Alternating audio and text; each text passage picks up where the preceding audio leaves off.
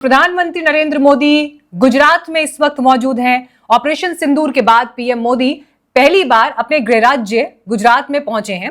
2 दिन का उनका यह विजिट, जिसकी शुरुआत आज सुबह वडोदरा से हुई, जिसकी तस्वीरें भी इस वक्त आपको हम दिखा रहे हैं रोड शो की। उनका भव्य स्वागत हुआ। इस रोड शो में बड़ी संख्या में समर्थक, कार्यकर्ता, आमजन भी उमड़े। फिर दाहोद प्रधानमंत्री पहुंचे और उसके बाद भुज में उनका कार्यक्रम रहा। रोड शो, सरकारी योजनाओं का शिलान्यास, लोकार्पण, ये सभी कार्यक्रम की हाईलाइट्स थी। लेकिन इन हाइलाइट्स में भी जिसको मैं परम हाइलाइट कहूं तो वो प्रधानमंत्री का बयान बन गया। पीएम मोदी ने दाहोद की जनसभा में कहा कि पहलगाम में आतंकवादियों ने 140 करोड़ भारतीयों को चुनौती दी थी और ऐसे हालात में मोदी क्या चुप बैठ सकता था। जब कोई हमारी बहनों के सिंदूर को मिटाएगा तो उसका भी मिटना तय हो जाता है। और इसलिए आतंक फैलाने वालों को सपने में भी सोचा नहीं होगा मोदी से मुकाबला करना कितना मुश्किल होता है। जरा सोचिए, बाल बच्चों के सामने पिता को गोली मार दी। आज भी वो तस्वीरें देखते हैं तो खून खौल जाता है। आतंकवादियों ने 140 करोड़ भारतीयों को चुनौती दी थी। इसलिए मोदी ने वही किया। मोदी ने अपनी तीनों सेनाओं को खुली छूट दी और 22 तारीख को उन्होंने जो खेल खेला था, 6 तारीख रात को 22 मिनट में हमने उनको मिट्टी में मिला दिया।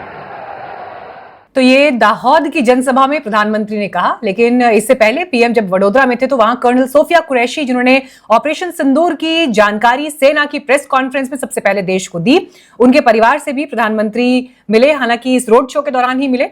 कर्नल सोफिया कुरैशी का परिवार इस मीटिंग से बहुत खुश था। उन्होंने मीडिया से किस तरह अपने अनुभव शेयर किए, सुनिए।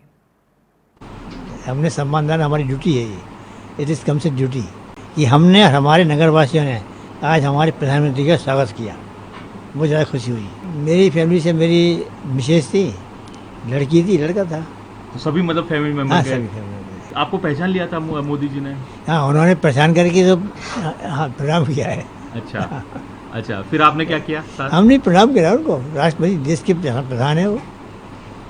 हमने सम्मान देना हमारी ड्यूटी है। ये इट इज़ कम से ड्यूटी।